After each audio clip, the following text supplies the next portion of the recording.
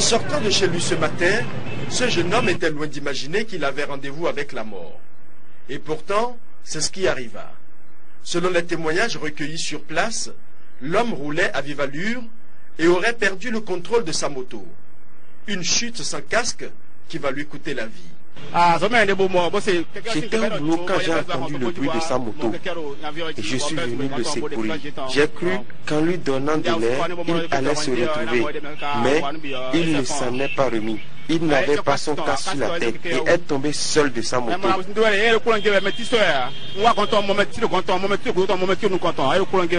Aussitôt alertés, les agents des forces de sécurité publique sont descendus sur les lieux pour le constat. L'incivisme de nos populations. Ils n'observent pas les règles de sécurité minimales. Voilà un peu ce qui s'est passé. Même si les vraies raisons de sa chute sont jusque-là inconnues, tous les riverains s'accordent sur le fait que le casque lui aurait peut-être sauvé la vie. Voilà qui remet sur tapis la nécessité du port de casque.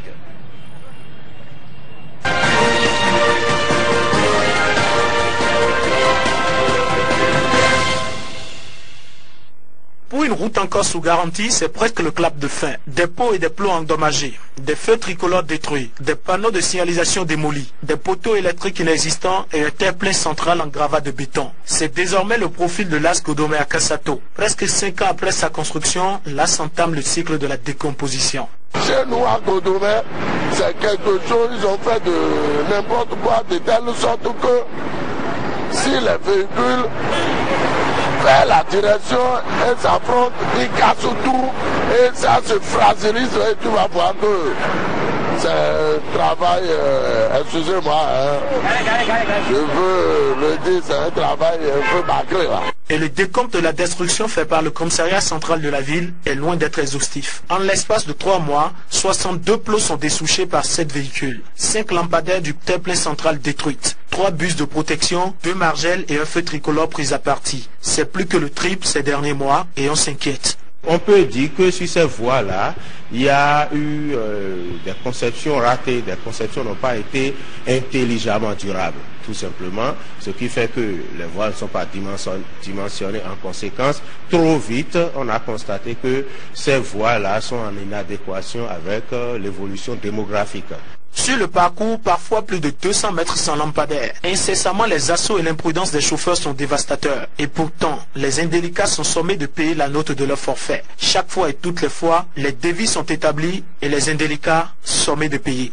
Un devis estimé à 3 477 500 francs pour un accident qui s'est produit le 7 août 2013. Accident survenu sur le tronçon à Kassato, à Djabo, en face des témoins de Jéhovah. Par exemple, pour ce devis, nous n'avons pas reçu une main levée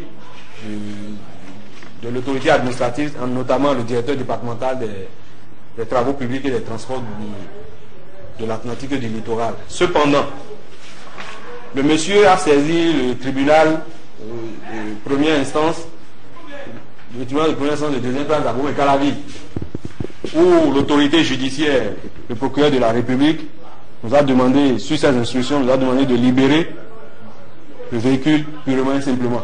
C'est la direction départementale des travaux publics et des transports qui encaisse. Et elle s'est voulue muette sur le point financier. Quelquefois la mairie d'Abomey-Calavi aussi. Et pourtant, aucune réflexion n'est encore observée, sinon une estimation prévisionnelle des charges à engager. Entre Akasato et Godomé, ça fait 4 km environ, 4 à 5 km. Si on doit évaluer, disons que c'est pas moins déjà de 500 millions. C'est pas moins de 500 millions. Je dis comme ça un coup pour vous donner une idée de ce que ça coûte à l'État de mettre en place ces infrastructures. Sans route ou même avec une route défectueuse, la croissance du pays ralentit de 2% par an et réduit la productivité des entreprises de 40% selon la Banque mondiale. Et en attendant, on avance alors le frein à main tirée tout en appuyant à fond sur la pédale de frein.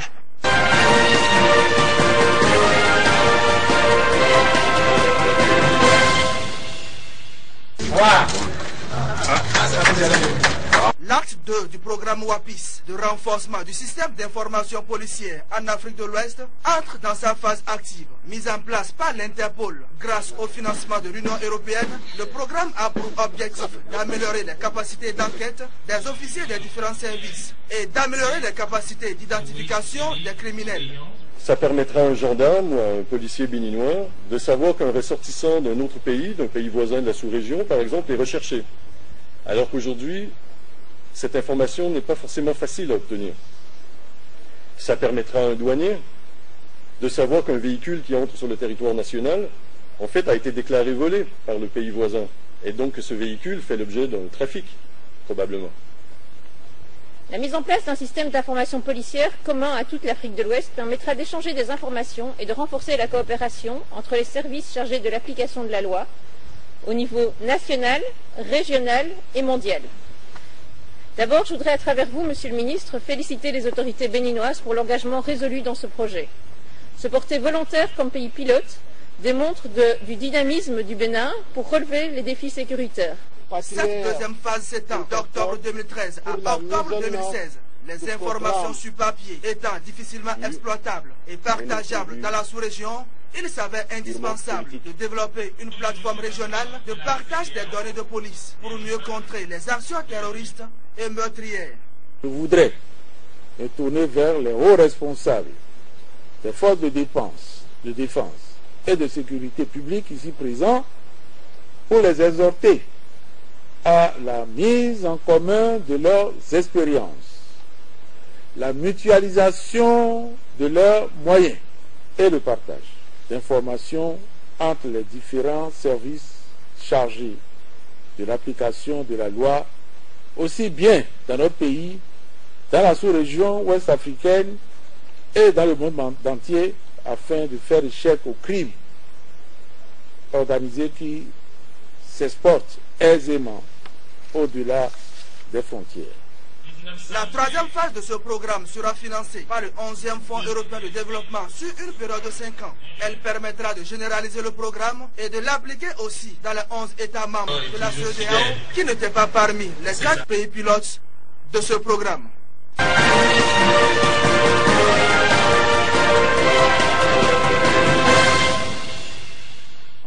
Ils ont dit 100 000, ce n'est même pas 100 000, c'est 200 000. Tu veux l'amener les véhicules neufs sur les places de vente, en attendant qu'ils n'accomplissent les véhicules, les formalités, ils payent 200 000. Et quand ils payent 200 000, parce que quand ils font la demande, ils envoient la demande au chef de brigade. Et le chef de brigade étudie. Et quand ils mettent, moi je leur mets amende 200 000. Et je leur fais cette fiche que vous voyez. Quand on met amende, je leur fais la fiche pour payer et vont à la banque payer. Et vous avez les quittances là, les gens qui sont allés payer.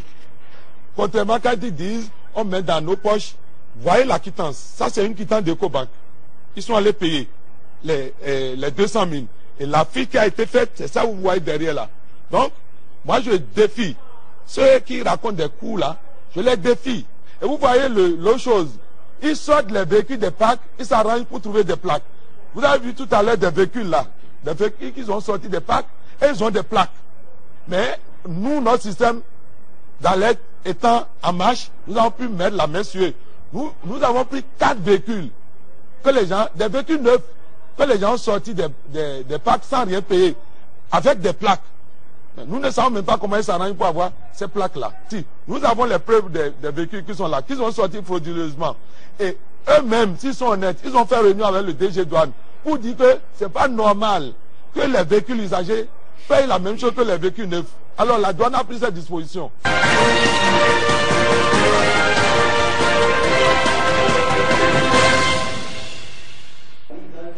Le Bénin a adopté le Code international pour la sécurité des navires et des installations portuaires le 1er juillet 2004.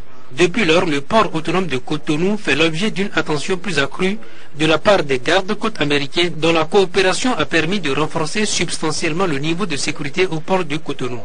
Plusieurs sessions de formation ont alors été organisées au profit des acteurs intervenant dans la chaîne de sécurité portuaire. Le présent séminaire ne dérogera pas à ce principe qui consiste pour les partenaires américains à s'assurer que les agents opérant sur la plateforme portuaire sont au fait des normes internationales en matière de sécurité portuaire et maritime.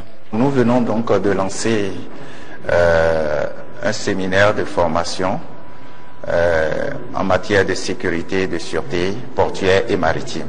Il est prévu 2 semaines de renforcement de capacité au profit de toutes les forces qui concourent à l'initiative de mettre aux normes le niveau de sécurité du port autonome de Cotonou. Au cours de la première semaine, on va voir donc les différentes dispositions qui sont prévues dans notre plan de sûreté, les différentes dispositions qui sont prévues dans ce code-là, le code ISPS, le code international sur la sûreté des navires et des installations. On aura des séances d'exercice. La 2e semaine sera consacrée à des exposés sur la réglementation internationale en matière de lutte contre le terrorisme et les actes de piraterie maritime.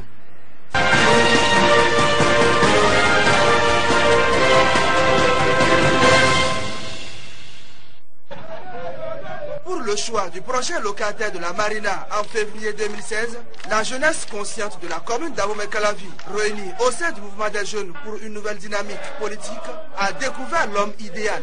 Il s'agit de cet homme à qui ces jeunes demandent avec insistance d'être à la ligne de départ pour la course à la présidentielle.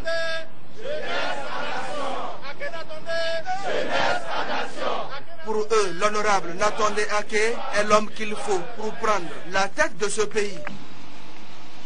Le MJNDP vient de dénicher l'appel rare qui, à travers son projet de société déjà publié et mis à la disposition du commun des mortels, a montré sa capacité à œuvrer à partir de 2016 pour un Bénin développé. Il s'agit de l'honorable Ake Natonde.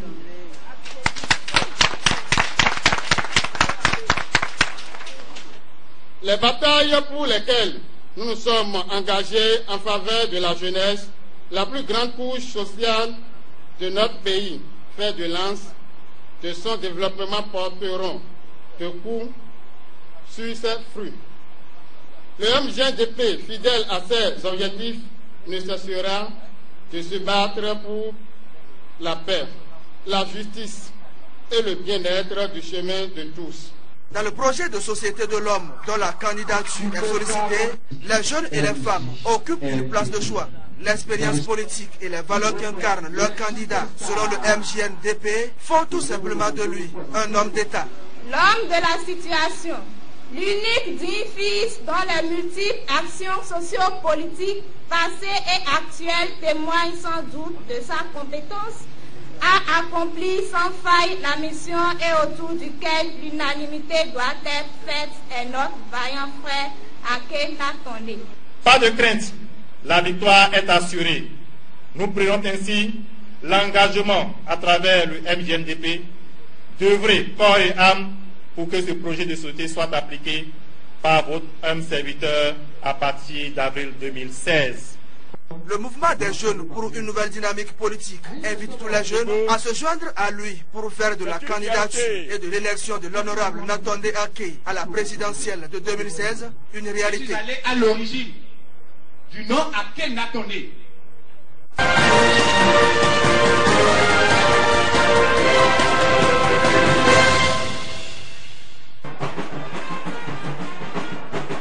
Pour la compétition présidentielle de février 2016, ces jeunes et femmes de la ville de Porto Novo ont fait leur choix.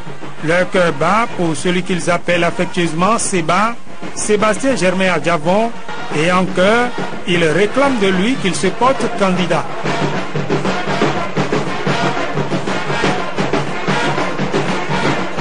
Monsieur Seba n'est pas inconnu du peuple béninois.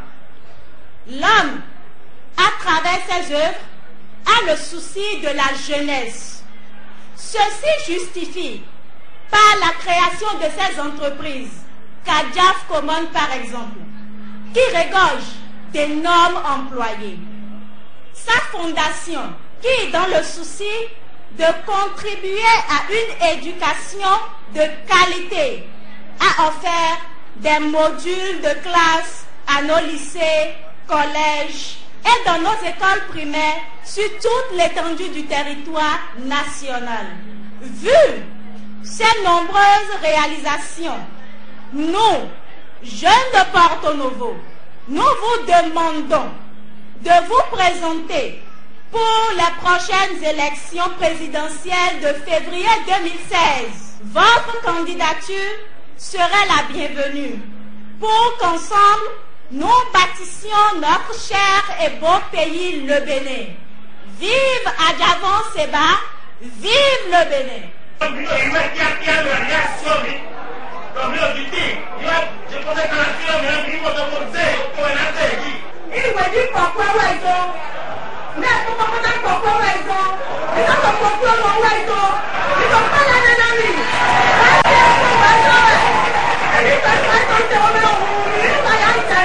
J'ai de soutenir le président Sébastien Adjavan parce que je le connais par rapport à ses œuvres.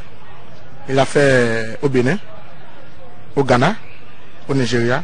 Si on peut remettre le pays à la main de des personnes, beaucoup de nos enfants, de nos femmes, soit de nos frères et sœurs, vont trouver de l'emploi dans le pays. L'appel est lancé et ces jeunes attendent désormais que Sébastien Adjavan dise le oui, je suis candidat pour se déployer sur le terrain.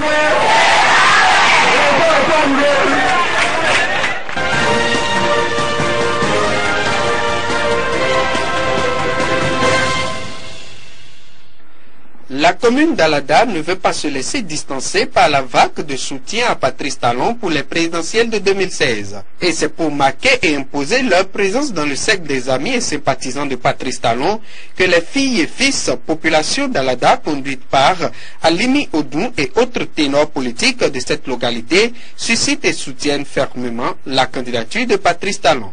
Les femmes et les jeunes d'Alada se disent très engagés dans cette lutte qui portera à coup sûr, disent-ils, Patrice Talon au pouvoir en 2016.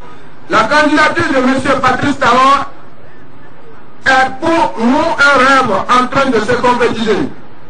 Nous nous engageons à supporter notre défenseur et appelons tous à Alada au-delà tout le Bénin à nous emboîter les pas, car sera digne fils du Bénin, mais une plus que quiconque la situation politique, économique et sociale de notre pays.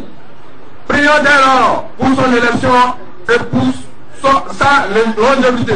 S'en est suivi les discours de soutien des associations et cercles d'amis venus des localités environnantes. Les sages et notables également n'ont pas voulu se laisser compter l'événement.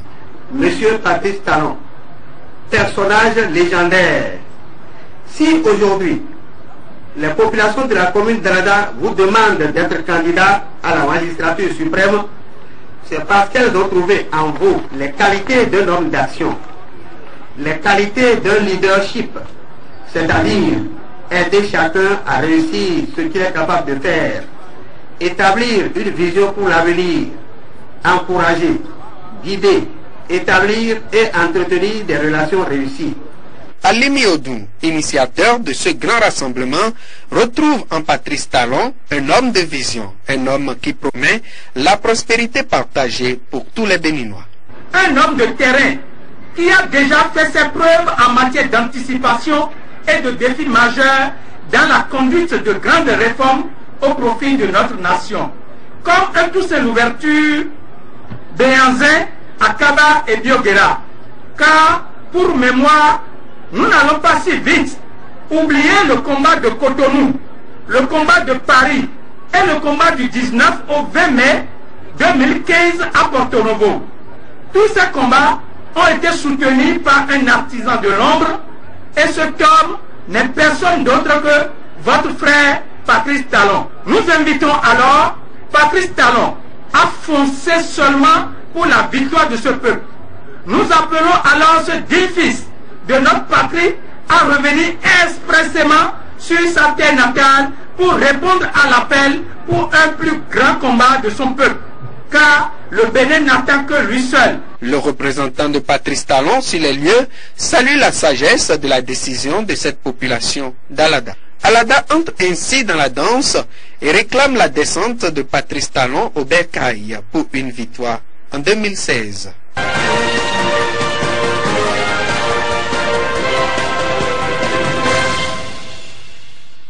En quête du mieux-être ainsi que de paix sociale et économique, c'est un rassemblement de jeunes, hommes et femmes, de toutes les couches socio-professionnelles qui sont sortis, les uns pour écouter, les autres pour porter à leur père ce qu'ils appellent le message de l'espoir. En cette veille de fin de mandat du régime actuel, ils ont mûri les réflexions après une analyse approfondie du bilan de la gestion du pouvoir d'État ces 10 dernières années et en sont parvenus à une conclusion. Aujourd'hui, lorsque nous regardons dans le rétroviseur, chers jeunes des Akota, chers jeunes du Bénin, cette jeunesse que nous représentons en majorité en termes de population, a simplement végété dans sa pitoyable situation qui s'est empirée, car beaucoup reste encore à faire. En un mot, rien n'a prospéré sur tous les plans dans la commune de Zakota.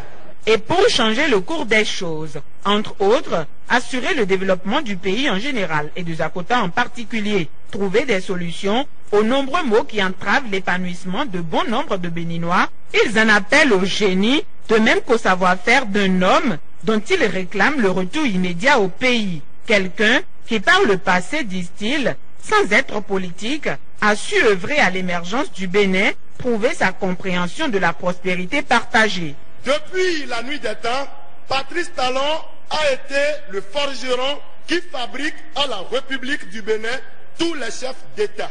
Il reste et demeure le carburant indispensable du moteur de développement du Bénin. Il est alors urgent pour tous les Béninois et Béninoises de porter un tel homme à la tête de notre pays. À l'appel, la réponse a été prompte. C'est le représentant de l'homme qui s'est chargé de les rassurer. Moi, je prends l'engagement de transmettre à mon leader, celui que j'appelle toujours l'homme, partout où je passe, tout ce que vous avez eu à énumérer dans vos allocutions respectives. Je profite de cette occasion pour lever le grand doute qui plane dans la tête des populations. Notre leader, Patrice Talon, sera bel et bien candidat aux élections présidentielles de 2016. Je vous demande, tel que vous l'avez souhaité, de rester ensemble, indivisibles, imperturbables. Cette sortie des acquis à la cause de Patrice Talon à Zakota sonne également pour eux comme une exhortation des indécis à se rallier à la troupe pour porter l'homme d'affaires à la tête de ce pays pour les 5 prochaines années.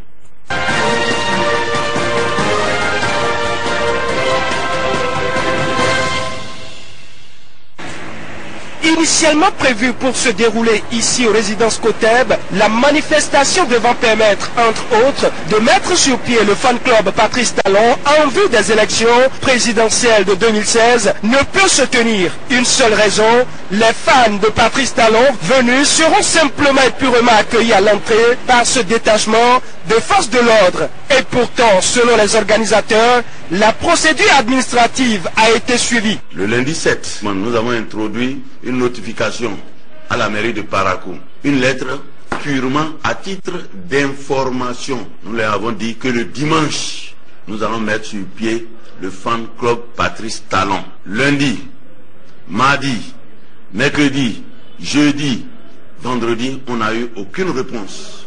Ce qui se passe, en fait, quand j'étais à la mairie, ce vendredi, des agents au maire m'ont approché. Des conseillers originaires de Parakou m'ont approché pour dire pourquoi moi, un conseiller municipal, je vais faire venir un gars du Sud en meeting, que je peux aller chercher tout le monde, mais je ne peux pas faire venir quelqu'un du Sud. Et je leur ai reproché que Parakou appartient à tout le monde. Un peu loin de là, les fans de Patrice Talon se sont donné rendez-vous pour passer leur message, dire leur entière détermination à accompagner le candidat au palais de la Marina le 6 avril prochain. Les tracasseries, pressions et intimidations de tous ordres, venues de toutes parts pour empêcher la tenue de la présente manifestation, n'ont nullement ébranlé votre foi en la justesse de la cause que nous défendons, de se réunir au sein du fan club Patrice Talon pour demander à l'homme de ne pas se dérober à son destin, car les jeunes et les populations béninoises sont déjà prêts à faire de lui le prochain président de la République du Bénin dès le 6 avril 2016. aussitôt passé le message que cette foule de militants venus va se disperser. La raison, elle est toute simple. Les policiers se seraient introduits sur les lieux en civil et déjà instruits pour disperser la foule. Une situation que déplorent ces fans acquis à la cause de Patrice Talon. Ils sont tous des Béninois. C'est très mauvais. C'est très très mauvais. C'est malheureux. Et c'est ça ce que vous avez pour Yaïboni quand lui est arrivé au pouvoir en 2005, non? C'est nous qui avons soutenu sa candidature. Ça là, c'est pas normal. On dirait que nous sommes plus chez nous. Vraiment, moi, je vois que notre démocratie n'a plus son sens. Puisque j'étais au côté, j'ai carrément vu qu'ils ont mis leur véhicule au portail. J'étais là, subitement, on annonce l'arrivée des policiers et la population s'est dispersée. Si nous enseignons la paix et que nous, les grandes personnes, nous ne pouvons pas préserver la paix, sincèrement. Ces hommes et femmes ont promis se battre pour revenir très prochainement à la charge malgré les intimidations et autres dont ils sont victimes.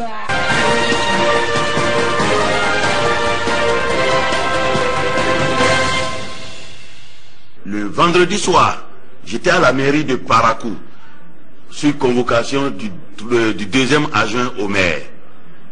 Je suis resté donc à la mairie de 15h jusqu'à 19h. J'ai dit au deuxième adjoint au maire qu'il s'agit d'un simple avis.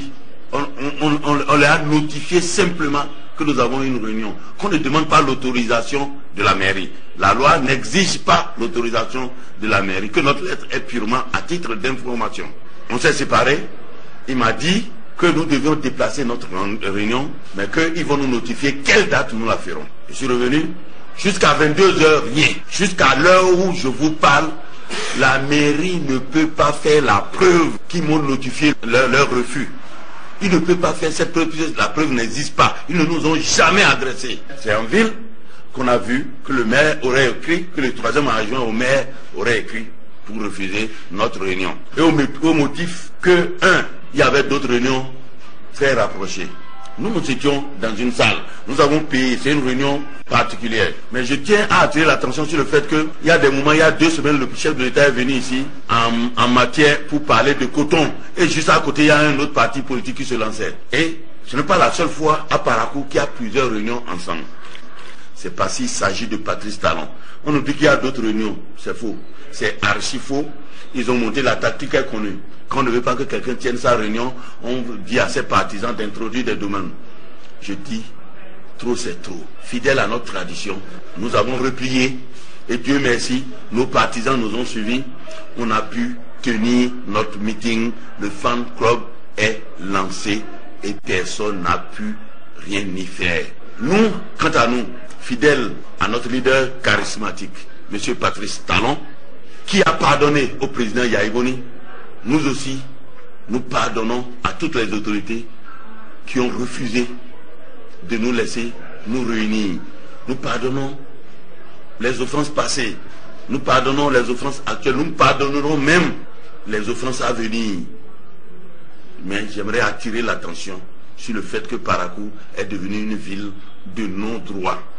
Mais nous allons encore réintroduire une demande dès lundi. Nous allons encore réintroduire une demande.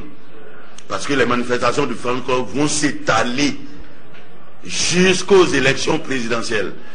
Vous allez voir qu'ils l'interdisent. Nous sommes là.